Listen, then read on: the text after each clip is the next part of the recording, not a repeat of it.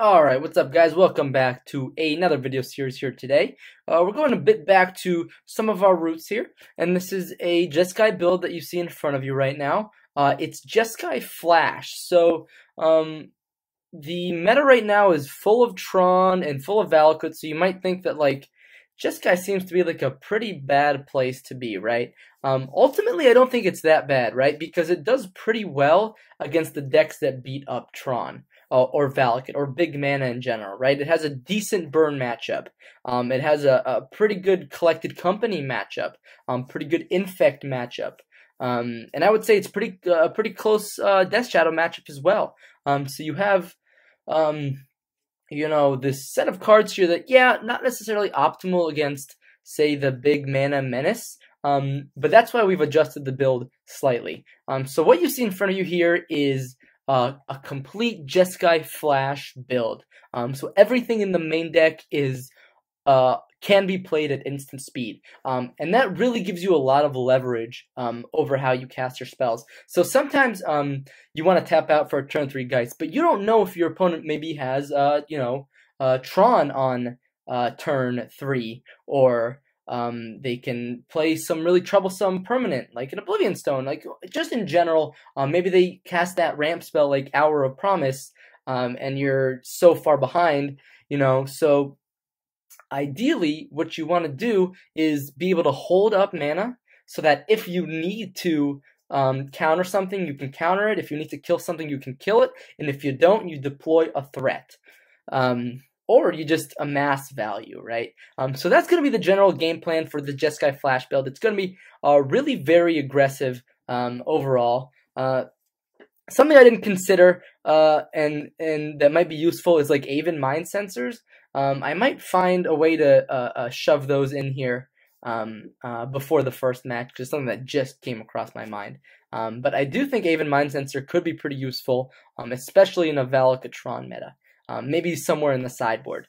But overall, this deck is designed to play at instant speed. The power of Spell Queller is almost a 2-for-1 against a lot of decks. You counter a spell and then you start beating in for 2 every turn, and you combine that with your Bolt Helixes, Electrolyze, Snap Bolt, Snap Helixes.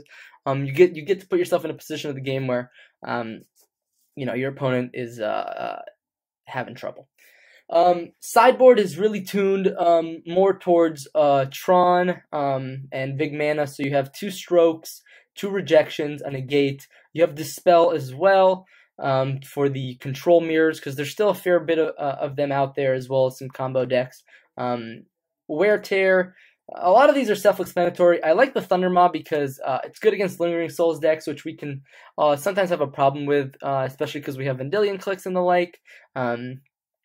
Relic and what's interesting here is I put a split between Relic and Rest in Peace, because sometimes, like, you play 2 Rest in Peace and you really don't want to bring both in, like especially against Grixis Shadow. Sometimes I really don't want, like, we go card for card so much that having that, like, second dead Relic, even like if the first one can get Thoughtseize, like it doesn't even hamper their game plan all that much, right? So having just 1 Rest in Peace, I think, is better, and that way Relic you can side in against a lot more decks. It replaces itself and all that good stuff. So I like this over here.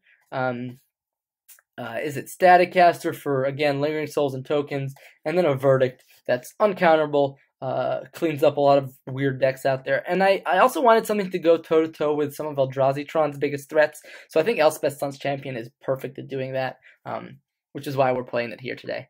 Mana base is pretty stock here. Not much to see there. I wanted to fit maybe like a Desolate Lighthouse in here, but the mana base is so tight that I'm not sure I could. I could cut a Colonnade, but Colonnade is just so important to the game plan. And especially when we're trying to cast turn for Cryptic over here, that, Desolate Lighthouse can really get in the way of that.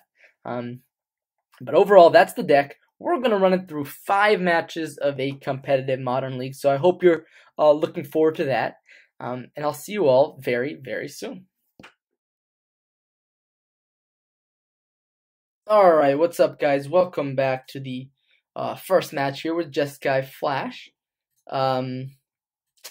Fortunately, it looks like we got a 1-lander, so we have to mulligan that, and hopefully we get a better We have castable spells here, right? So I think that's a keep. Hopefully we hit a third land here, and then we can cast our beautiful, beautiful spell quellers. We also have Path to Exile, so it's nice that we... So Helix, obviously, if we're up against Burn, Helix will be pretty nice, but obviously we don't have red mana yet, so it's hard for me to keep a spell that I can't even cast. Looks like Island is our opponent's...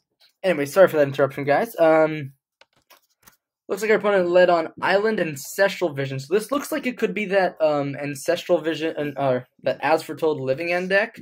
Path to Exile might come in handy here if our opponent starts cycling a bunch of things. Opt is a nice pickup here. Of course, we're just going to go ahead and opt. If our opponent goes like cycle, As Foretold, or opt, interesting. This could just be a straight up control deck.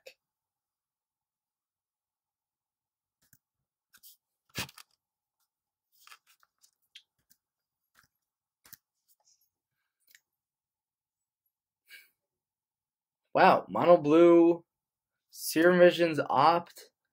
Could be a pretty bad start from blue-white control, but usually they don't play opt. So again, I'm still leaning towards thinking this is the Living End deck. Bottom is really interesting.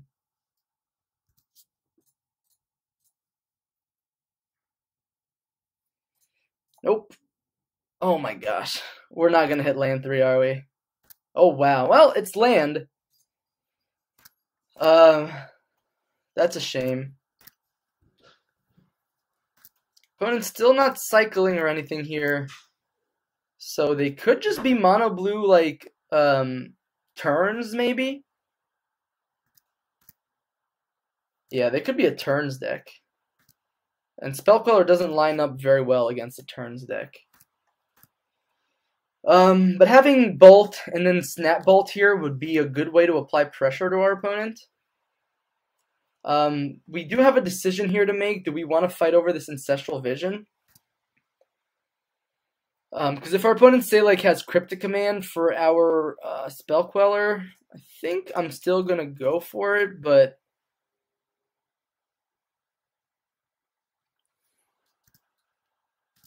Okay. Again, if this is the taking turns deck, then they can just, like, slam 5th land, start taking a bunch of turns on us here, but they don't have an engine going, right? So they would eventually run out of gas, most likely. Exhaustion. Creatures and land target opponent controls don't untap. So this is the taking turns deck. So I didn't fetch shock here because there's really no need to, and we don't quite know what to get here. So they suspend another Ancestral Vision. Thankfully, they did not have Cryptic Command. Restoration Angel would be nice if we had mana. It's a nice way to increase our clock, obviously. Here we'll bash in for 2. If our opponent burns all of their exhaustions here as like basically not like a time walk, because it's not even something that's gaining them any advantage. They're not playing any lands. They missed their 5th land drop. So that seemed to me like more of a desperation exhaustion rather than a setup exhaustion, but I could be wrong. Obviously, it would be nice to have a Logic Knot in hand or something like that.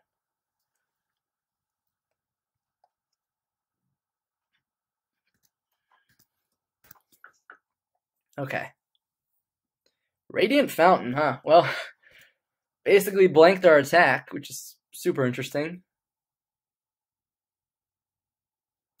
Sure, I mean, you got an extra turn. What can you do with that, though? I guess it does build towards this Ancestral Vision. It definitely does that. Exhaustion. Okay. That's pretty good.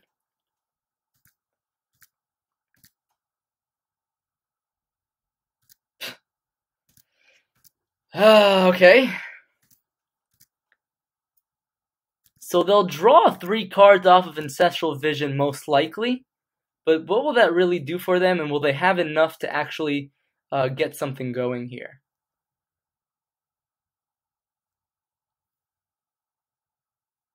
Days Undoing, huh? Each player shuffles their hand and graveyard, so I guess that's a bit of punishment for not throwing out my bolts earlier, but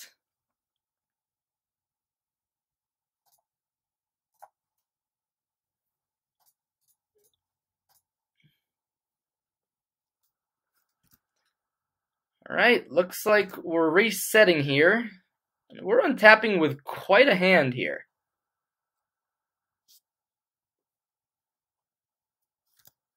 So there's no reason to play this Hollowed Fountain. So we have a stop on their draw step here, which is good. Oh, I guess we should probably keep up Cryptic Command because we don't have a graveyard for Logic Knot, surprisingly.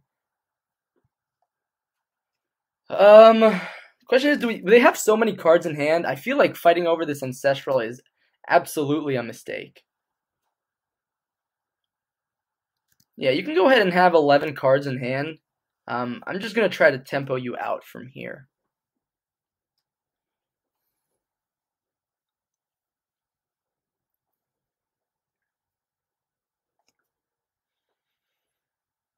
Dazed Undoing, taking turns, huh?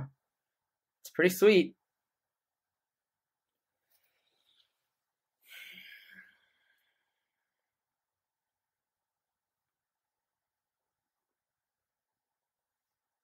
As foretold, I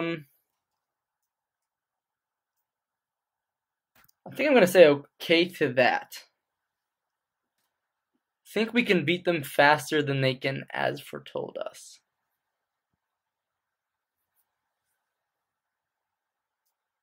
Sure.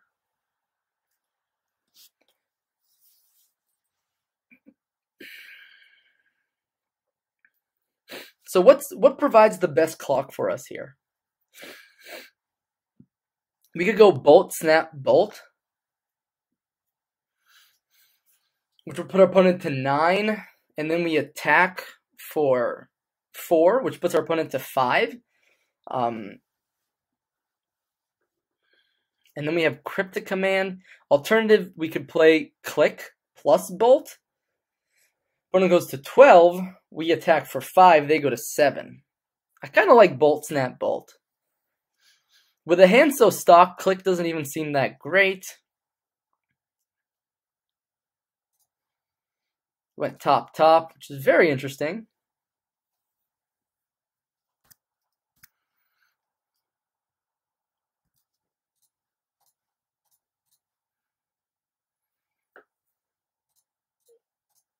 Let's go ahead and get Snapcaster Mage out there. Target Lightning Bolt. They might have a remand.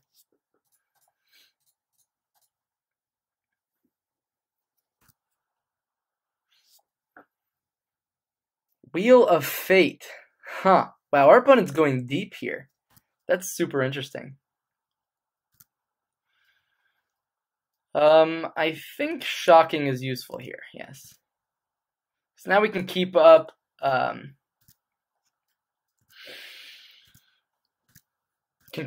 both Logic Knot or Cryptic Command plus Logic Knot. I think our opponent just has to go for it here, right?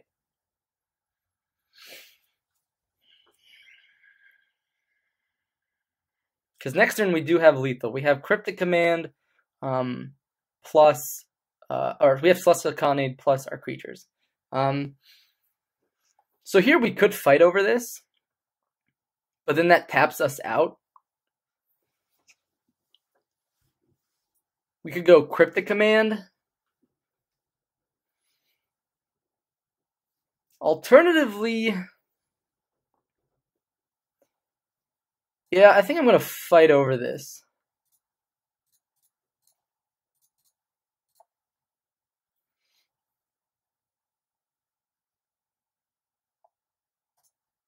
The issue is here, of course, we don't have a card in our graveyard for Logic Knot.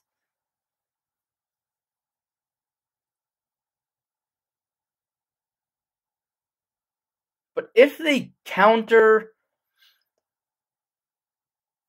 our cryptic command and say draw a card, what we could do is, okay, that resolves, and then delve away that cryptic command.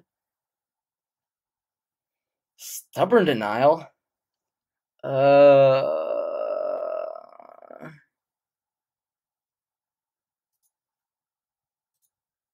think I'll pay 1.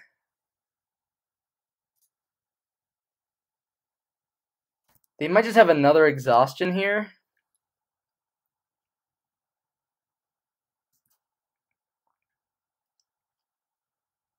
Interesting. Yep, looks like they found the other exhaustion.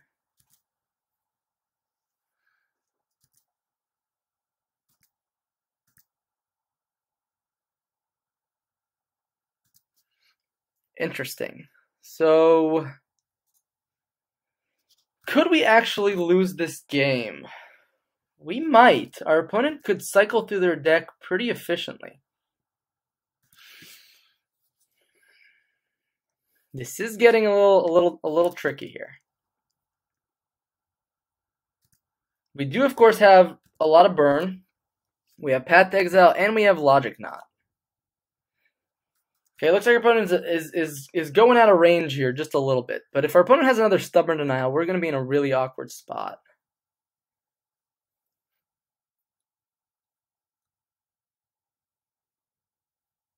Kefnet. I'm not fighting over a creature that I can Path to Exile.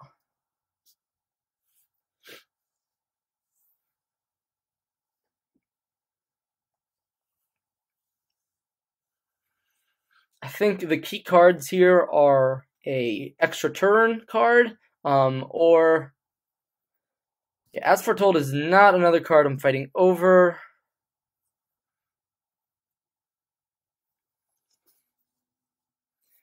Again, I don't think I need to fight over Search for Azcanta either.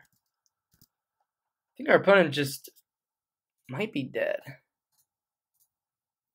So here they do have Stubborn Denial mana. That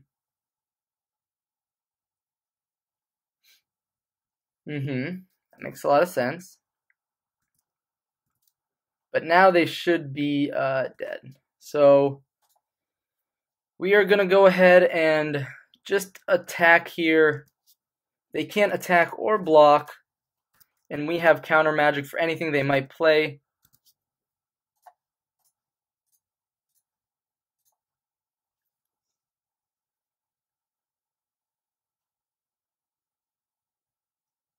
Alright, so taking turns with a lot of really cool stuff. So Negate, Disdainful Strokes all seem like they're good cards. Dispel also seem pretty solid. Wear Tear, I guess, also comes in. Thundermaw is a bit expensive, so I'm not going to bring him in. Ceremonious Rejection doesn't seem like it has many targets here. Verdict doesn't seem great. Relic is interesting, but I don't think they're using their graveyard much. So, what do we side out? Spell Snare. Did we see any 2-mana counter spells? I don't think so. And we saw Kefnet, so I'm going to leave in some number of Path to Exile. I do think Burn is more live against our opponent than anything else here, so we could cut Electrolyze. Let's see. Bring in Cheap Interaction.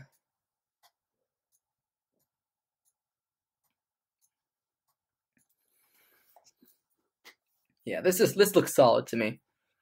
Alternatively, I could cut a Lightning Bolt for like an Electrolyze, but Lightning Bolt is just so efficient, especially if our opponent thinks they can like Wheel of Fate us. I like this setup quite a bit. If we suspect our opponent is bringing in Negates, we may want to keep in Spell Snares, but I think, again, Spell Snare seems like such a bad card here. They could have, like, Howling Mines, but I've seen these builds, I think, move away from that. They've gone more for the Flash one that you can play at instant speed. This hand is... It's just okay, right? But I think it's gonna be a keep. We have lands, we have Opt. And we have threats, right? So I think that's the most important thing to remember here. Sure.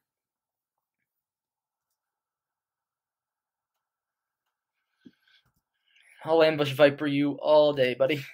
So I think we just play Colonnade here. There's no rush.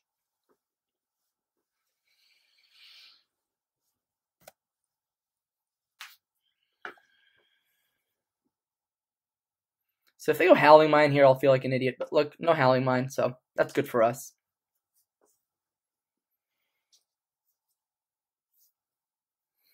I like the idea of on their turn 4 draw step, playing Click. So that's before Cryptic Command gets online. It dodges Stubborn Denial. Kefnet is quite cool. Alright, Serum Vision, Serum Vision. So how did they scry last? So they went top bottom, so they're drawing a card that they want, and now they're going bottom, bottom, bottom. Always good to see.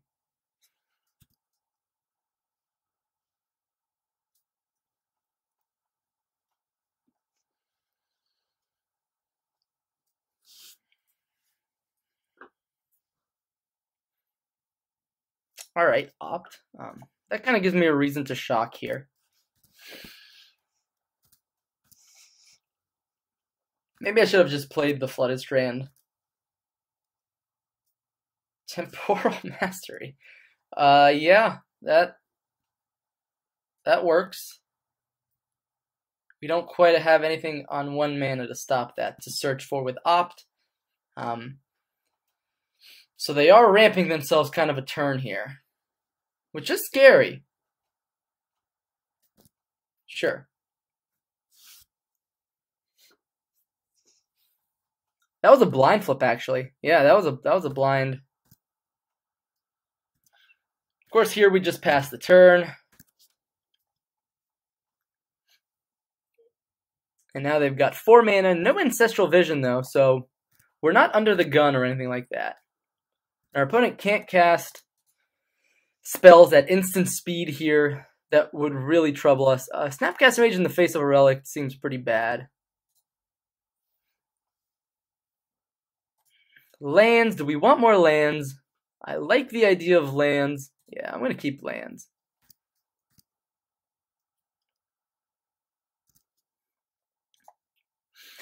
So now they could have Cryptic Command, which makes the draw step click play a little bit worse.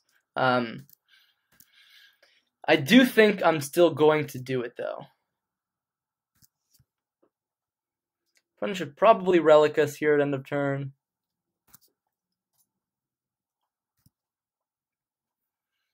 What are the chances that they have Cryptic Command? Whoops. So we'll go ahead and click them on their draw step. Something like a remand into like an As Foretold here would be a little annoying. Oh, there goes my opt. You got it. Alright, looks like that resolved, which is good for us. Let's see what our opponent is working with here.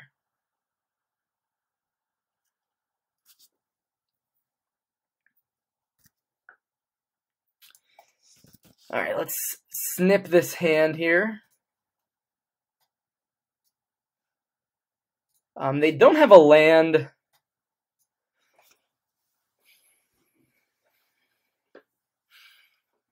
So, which means they can't Temporal Mastery. This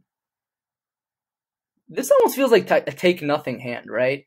I think this is a take nothing hand. Because they don't have the land for Temporal Mastery, and they can Days Undoing and no matter what we take here. So I think this is, yeah, this is a take nothing hand.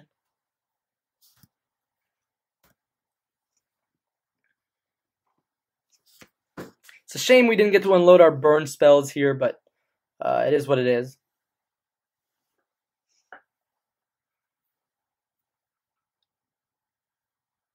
Okay, they crack Relic, which is, I think, a good thing. Spell Queller. That's pretty good.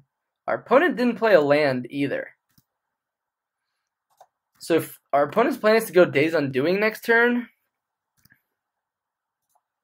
I think we can get him pretty well. Because Spell Queller cannot be Spell Pierced. Of course, if they draw land and they start chaining off stuff, then we are under quite a bit of pressure. Wow, nothing, huh?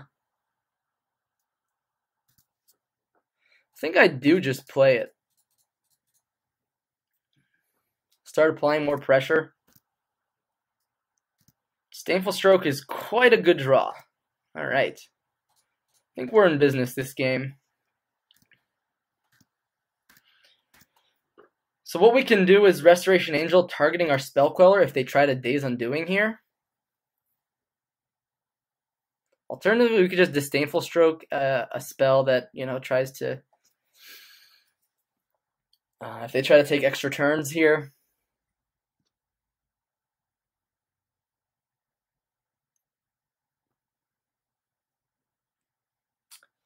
So Restoration Angel is actually quite better than Cryptic Command here.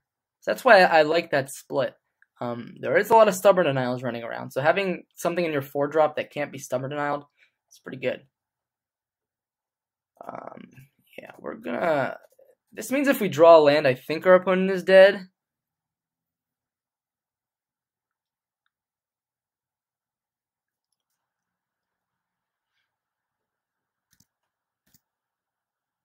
Alright, let me make sure I don't miss lethal here. So if I play if I go Snapcaster Mage, then that would be 7 creature damage. Yeah, Snapcaster Mage is actually the kill here.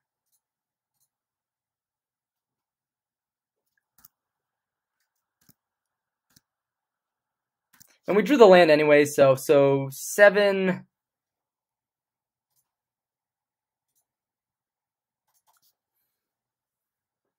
Let's go ahead and fetch up this mountain here. Let's go ahead and attack first. I don't think our opponent has anything that can interact with this.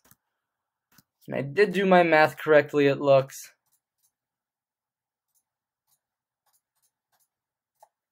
And we got there. So that's Jeskai Flash, killing it in game, or match 1 here against Mono Blue turns. Thanks for watching. That was the first match of this Modern Competitive League. Next time you see the game, I might be in different clothing because I'm going to try to record this over several days because, again, not a lot of time these days. So separating it out over a couple days makes it easier for me to record. But with that said, I will release it all at once, which you probably already know if you're already watching this. Anyways, thanks so much for watching, guys, and stay tuned for the second match here with Jeskai Flash. I'll see you guys soon.